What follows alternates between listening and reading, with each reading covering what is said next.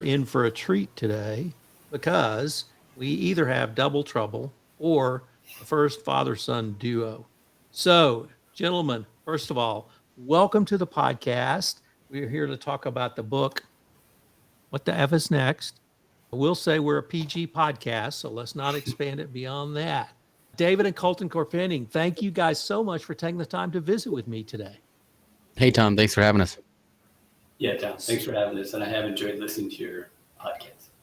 Could you share with me your current or both of your professional backgrounds and what your current role or roles are? Yeah, I can start. I am a senior interactive producer at Google. And so that means that I manage the process of building websites and apps for new products that we produce. But my background is in advertising. So I worked in a traditional kind of advertising setting for 8 years, and then also did digital marketing and did that on the road while doing digital, like nomad style work lifestyle. And then, yeah, also am an avid snowboarder and surfer. And I'm from Colorado, and we both live in Colorado. David. Yes, and I've been doing coaching and consulting most of my life, and now in the years where I want to spend quite a bit of time outdoors, as Colton is suggesting. But the main focus at this point is that I've been in the talking about intention most of my life, and at this point, we're using book What the F is Next and these podcasts that we're doing to talk about intention and hopefully encourage people to use something they've been using their whole lives, but use it more often. So, what led you guys to write this book? Yeah, the process itself is built out about 30 years of my dad's professional development work, coaching organizations, individuals, athletes, etc., to figure out what they should do next in life or to help them optimize their current path. And he published then his process 7 years ago. It's called The Field Guide for What's Next. And he published that, and I used the process myself. I filled it out. It's a great workbook. And then about 2 years after filling that out, I was looking back at the work that I had done, and I saw that my intention in that process was to travel the world and learn how to surf. And I was sitting there 2 years after filling that out, realizing I just come back from a 2-year trip around the world where I learned how to surf. So the hair stood up on the back of my neck, and I'm like, wow, there's really something to this. This process has obviously been very valuable to create something that I wanted without even fully knowing it. So then I used the process again, and it clearly showed up that I wanted to work at Google. I knew that was kind of the next phase in my career, and it didn't just like naturally happen, but by filling out the process and using that intentional tool, I started applying for Google and looking for opportunities to make that happen. And so I actually had an opportunity to move to Santa Cruz, California, which is much closer to the headquarters there in Mountain View. And after doing that, I was luckily reached out to by a recruiter, and I've been at Google now for over 4 years. So with that, I was like, wow, there's really, again, this just keeps working so great for myself, and also then bringing some other people into it and finding that they've had great success. It was about 2 years ago. We were fly fishing and chatting about intention and chatting about his book. And we just threw it out there like, maybe we should work together to create this new evolved process using the core work and science that he's developed over 30 years, but then bringing that multi-dimensional, multi-generational approach to what it is and getting what we want out of life. So yeah, we published it at the beginning of this year, and it's been a great process and great having conversations with people like this. Where's your favorite place to surf on your worldwide trip? Yeah, I would say the Philippines. It's just so much charted kind of surf breaks and geography down there. It's amazingly warm water and super nice people. So, David, in reading the book, I went on a journey from the Doors' first album to Timothy Leary to Bob Dylan to Paris Island and a lot of other places. How did you take that disparate number of events and put that in to this book? That is a very good observation by you, Tom, of the start of this book and why that's there. And that was actually Colton's idea. I have a previous book called Everyday Visionary, the practical guide to living the life you desire. And it really gets into a practical approach. Well, Colton said, yeah, we should lay out our backstory. So I, I, I think that what that does is that it hopefully resonates with the reader that these are real people who have had a roller coaster life. And it wasn't really until my 20s that I realized a lot about intention as a tool that I could then use going forward in my life. So hopefully that all of those crazy stories, those experiences indicate everybody else can relate to their own story about that. And I'm sure, Tom, we could take up the rest of this podcast, having you tell us some of those stories as well.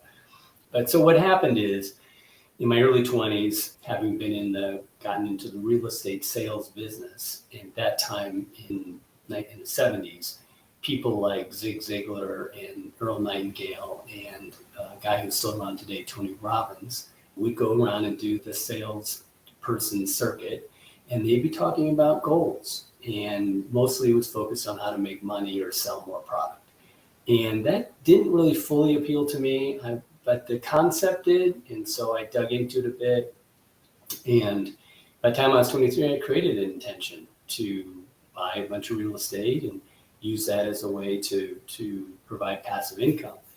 And in a very, like 3 years, by the time I was 26, I had acquired about 13 rental units. And I said, this stuff can work, because that wasn't easy back then at 23 years old to acquire real estate. So then I created a couple other ones. One was to be in a significant relationship, and the other was to move from Akron, Ohio to a place out west. And those things happened. So I got hooked on intention pretty early in my life, and the road has then been built out since then. So here's the biggest question I want to ask you guys. And obviously it's based on my childhood. What was it like, Colton, to write a book with your father? Yeah. Because So he's clearly a professional. He's clearly well-schooled. He's clearly done this for a long time. So that's the question I wanted to ask you. yeah, totally. We've always had a great relationship and done lots of other kind of projects and adventures together. So we had that kind of foundation to start with. When it came to taking on the project, there was a pretty clear kind of division of how we should take this on. He focused on the process and elevating the science and the kind of overall user experience of what it's like to tactically fill out the questions and things in the book.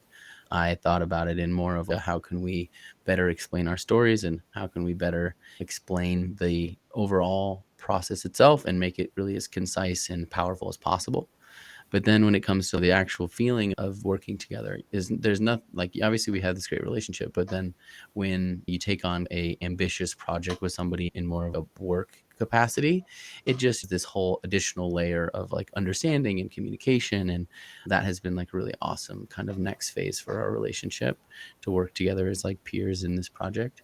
So that's been really fulfilling and really cool. And obviously sometimes it can be difficult. We're working on like new age kind of technology and tools. So getting him fully up to speed on how to like get a Google Doc going and to properly edit it and work with the designers and things like that were obviously like funny little anecdotal elements of what it's like to work with your dad. But yeah, it's been an amazing process, and it's really strengthened our relationship as well.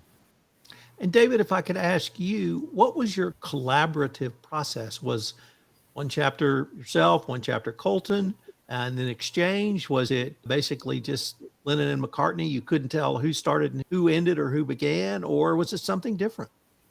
Yeah, I would put it into something different, father, son, that there is that factor to it. And I think Colton's laid out the fact that once he turned 18, I looked at him as an adult, and he contributes what he's going to contribute as an adult. And I'm not higher up on the hierarchy, I guess. I'm not the head guy and he's the kid still. We're peers in this project. And we are in pretty much everything with him and his sister, Chelsea, that we're all peers. We support each other. We love each other. And so in this case, I think Colton indicated we started with the bones of the book, Everyday Visionary, and the field guide for what's next. So that is the bones of the book. And then it was really Colton's job What he brought to it was to fill that out. And as Colton has mentioned before, is that I have more of a, I don't know, PhD dad approach to writing. And so his job was to say, Dad, you just need to just tell your story. And we needed to write this in the simplest, straightforwardest terms. And he really added the byline, and everyone should read the byline, the no BS guide to get at what you really want. And that was always, I'd say, hey, this is a great idea, Cole. We really should add this to it. He'd go, feels a little bullshitty to me. And I'd go, okay. Then it comes out. But I loved it at first. So that's a little bit about our collaboration. So I have to ask you guys about the musical references. And I'm going to start with The Doors. You've got Bob Dylan, The Times Are Changing. I think probably everyone in America of a certain age knows that song and would pick it for changing something. But you didn't. You picked Break On Through to the Other Side. The first song of the first Doors album, it was like nothing else at that time. And when I read that, I could hear that in my head, and the hairs on the back of my neck stood up, because that's how I feel when I hear that song. And I just thought, what a perfect theme, what a perfect metaphor, what a perfect song. So talk to me about the musical reference, because I've just named two, and they're throughout the book. So just riff on music for a little bit. Yeah, totally. And I'm glad you brought up that specific reference. That song always was our like energizer theme song when it came to going fly fishing or skiing or something like that. It'd be once we were on the road and we had gotten our coffee from McDonald's and our egg McMuffins, I'd be like, all right, put it on. And so it just together, that's like our song. And so it appropriately represents the energy and like the excitement, and just is such an amazing song and something that we wanted to bring into it. I think that's like the starting point of then we have this connection on classic rock. Like I was obviously just a young person and didn't have necessarily like a bunch of musical taste or experience. And my dad's been a big classic rock guy. He introduced me to all of those kind of classics, Pink Floyd, Led Zeppelin, obviously the Doors, David Bowie, those kind of things. So that just like also is just like a very genuine element of our relationship, is loving those classic songs and utilizing them as metaphors or examples or ways to properly explain the story that we are trying to tell. It just felt really appropriate and natural. It's hard for me to not say anything in addition to what Cole just said, because he nailed it. But I'm really happy that you noticed that. And it's surprising how many people they pull that out as well. And just as Colton said, we wanted to ground this in things that people start having people think in terms of how they have been in the world and how they've been experiencing the world, because a big part of our process is the fact that we help people connect to that really positive, dynamic, creative part of who they are. And that's the step one in our process. It's sometimes scientifically, it's referred to as appreciative inquiry, but it's really meant to set the foundation. People go, wow, I remember that. That got me jazzed up. That reminded me of that I have this juice inside me to break on through to whatever the other side is of whatever I'm in at any given moment. So that was an integral part that we didn't know if it would play quite as well as it did. But as you're suggesting, Tom, we get that feedback a lot, that people, I really love that song. That was really important to me back in the day. So let's turn to the book. Could you give us a sort of an overview of the book? And I'm going to ask about appreciative inquiry, because I'd never heard of that term until I read this book. So give us a general overview on the book, and we'll take a little bit deeper dive into some parts of it. Yes, totally. We start out with a overview of the ways that we find that we get distracted on the path to what we really want. Often that in a very kind of distracting society, we find that it's often that we have potentially conflicting intentions, or that we think that what we want is too hard to get, or that it's some off thing in the distance. And so we talk about that. We talk about our kind of process of understanding distractions. Then we get into, like I said, our backstories with the classic rock. And then we set up the science in the book. There's 5 elements of scientific research that go into this process. Specifically, a main one is appreciative inquiry, like you mentioned. So appreciative inquiry is starting from a place of assets as opposed to deficits. So when in the traditional model of analyzing what do we want and why don't we have it, it usually comes from that place. It's I'm not smart enough, or I'm not rich enough, or I'm not capable enough. And appreciative inquiry flips the script and says, you should think about what are the things you have done? What are the things you have been successful at? What are the pieces of your community or your experience that you can utilize? Because there is a lot of things. Everybody's that's still doing anything has had successes in their life. So be appreciative of those like foundational elements and then start from there. So that's an amazing kind of reframing that happens. And when you start there, then, and you have that understanding, then we do a little bit of breath work we suggest to get your mind set up into the right space. And then there's 22 questions that dig into your past, and specifically from that appreciative inquiry lens, right? What have you been good at? What would you like to do if you had the ability for this specific period of time to work on things you wanted to do? Who are the people in your life that come to mind when you think about this intention being real and how you could potentially achieve it? There, then we have you pick one area of your life. We call it the big rocks. Maybe that's finding a life partner. Maybe that's increasing your or updating your career path, and then focusing in on that, and then bringing in those answers to your questions and identifying things that have come up repeatedly. And then once you've brought up those things that come up repeatedly, you apply them to that specific big rock in your life. And then we have a 30 to 60 day action plan for making progress around that area. And yeah, so that's the process. Specifically in its design, it's designed to have the maximum amount of impact with the least amount of time. There's a lot of great processes out there, but we find that a lot of them are pretty laborious in their amount of time that you need to do to answer the questions or do the specific methods and things like that. This process is as concise as possible, as little BS as possible. And it's so you can basically figure out exactly a pretty clear plan in one area of your life to make progress on that and make it your what's next. So David, let me ask you, what are some of the issues that you think hold people back or prevent them from committing to an intention? Yeah, I think the first one, there's at least 2 I can think of. One is this what I really want? And so people are ready to do something and then they wonder, oh, is this what I should do? Or is that what I should do? And Colton has already pretty well described what we've come up with to answer that question. So if people do a full and complete inventory, these are all questions that are asked that people can answer because they're about them and their life.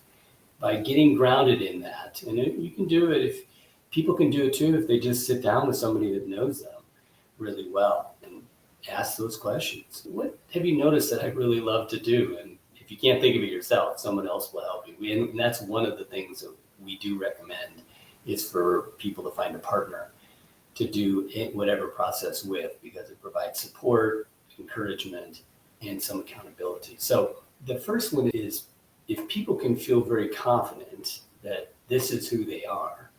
And then the second part of that is the inventory that we do, the questions that we create, help people to also get feedback about what they've been good at. So not only what they love to do, but what other people have said they do well, and things that they themselves, the questions are asked in a way that people can think about how successful they've been at completing things. And when you combine those two things together, then I think you addressing that issue of, is this what I really want, is much clearer and not as much of an issue. And then the other thing that I think it's crazy, but it's true, is that if a person says, I'm gonna pursue a degree, a master's degree in engineering, and they start telling their friends, what happens if I don't make that happen? So that kind of preloads a person for saying, gosh, maybe I better not commit to anything, because what happens if I commit to it and I tell people I'm going to do it, or even and then I even had that experience myself. I told myself I was going to get a master's degree in engineering, and I failed. That gets back to that old kind of adage that it's the journey, not the destination, that matters. I think those are two pretty big things, and those are two, I guess, ways I hope that people think in terms of then going ahead and moving forward. The other observation I had about the book, and it was a father-son collaboration that I wanted to ask you about, is this book had as much work in it as any book along these lines I've ever seen. And I don't want to call it a workbook, but you as the reader have to put in significant work. And I went through some of those questions, and I'm not sure I'd be willing to answer them today. I sure wasn't willing to answer them when I was 25.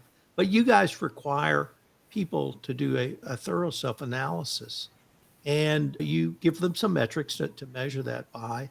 But I wanted to ask you about the work nature of what you have put together and why you require, even demand, people put in the work to get what you suggest is available to them. Yeah, I think it is summarized on the back cover, and it's that you're not going to magically get what you want by sitting under a tree and hoping it happens. As much as we'd like to think that's the possibilities, it's not how the world works.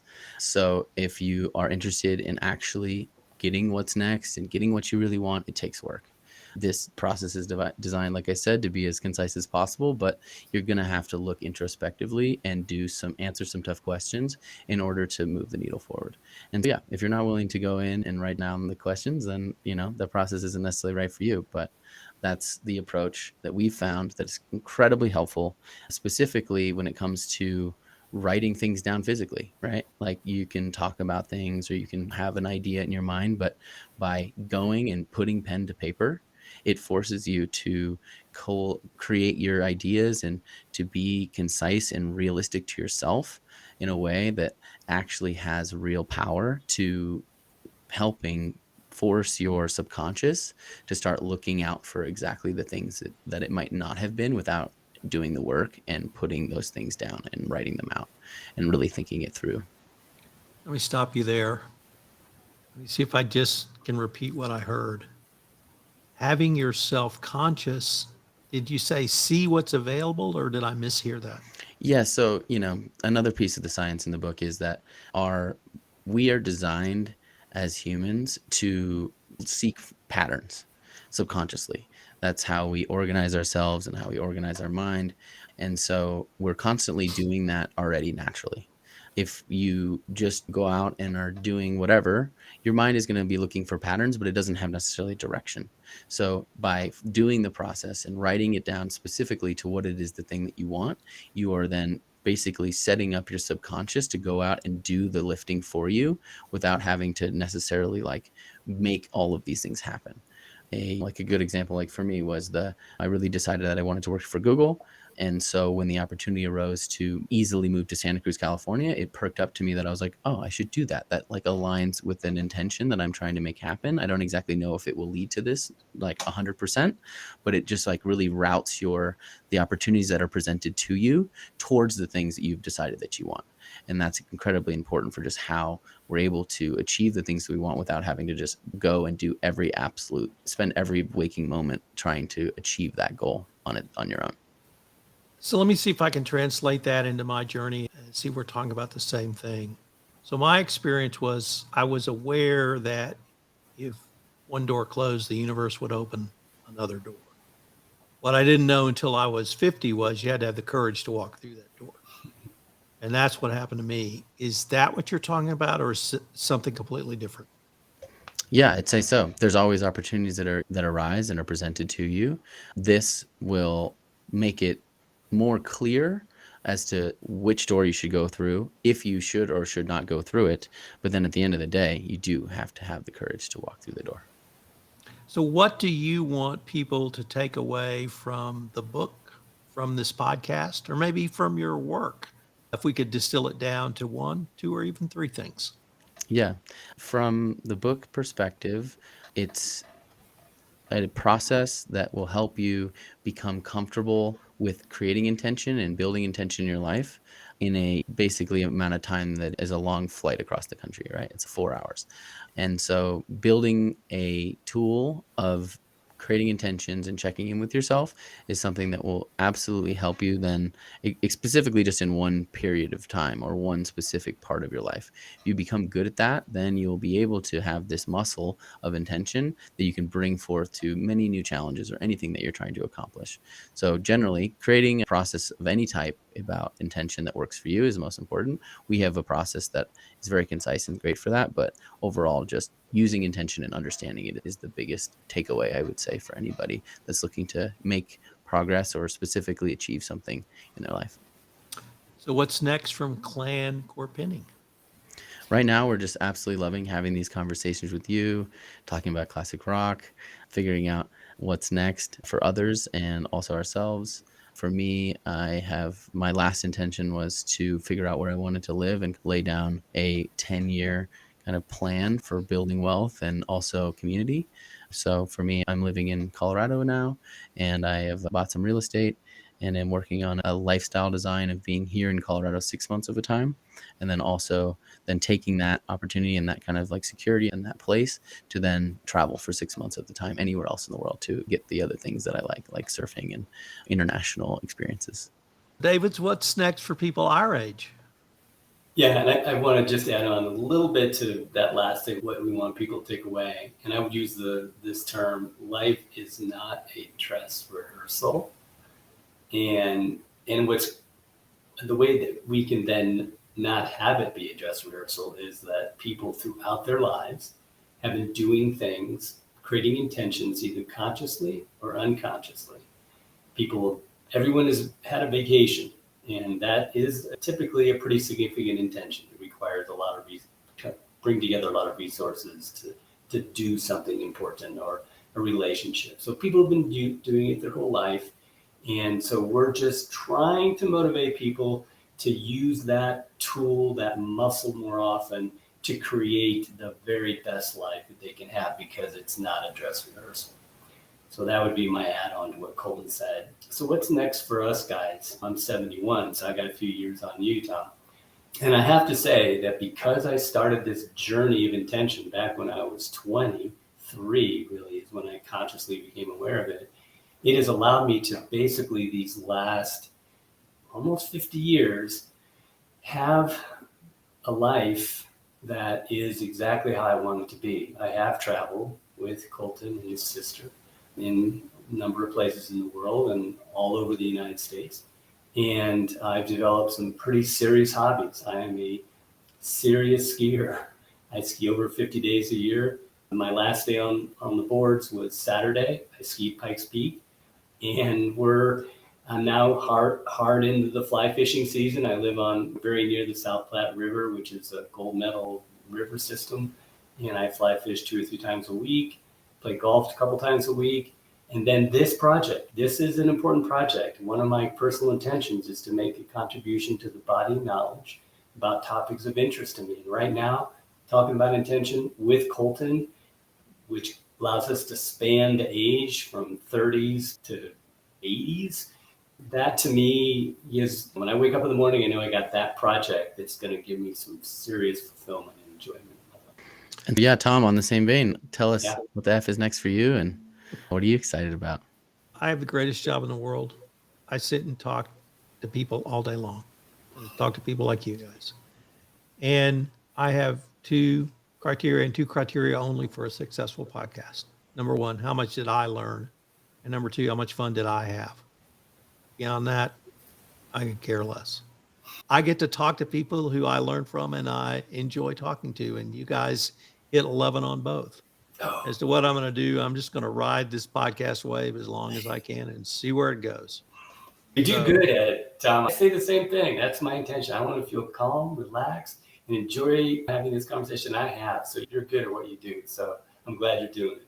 Thank you. Before we leave, if our listeners wanted more information on yourselves, the book, or really any of the topics we've touched on, what would be the best place or places for them to go? Yeah, so the easiest place to find it is thefisnext.com, and it's available on Amazon in most countries around the world. We just have launched the audiobook and Kindle book and it's available at a price promotion during Father's Day. So go check it out. Happy Father's Day. Gents, I have enjoyed myself so much. I wanted to thank you for taking the time to visit with me, and I hope we can continue this conversation. Sounds great. Thanks, Tom.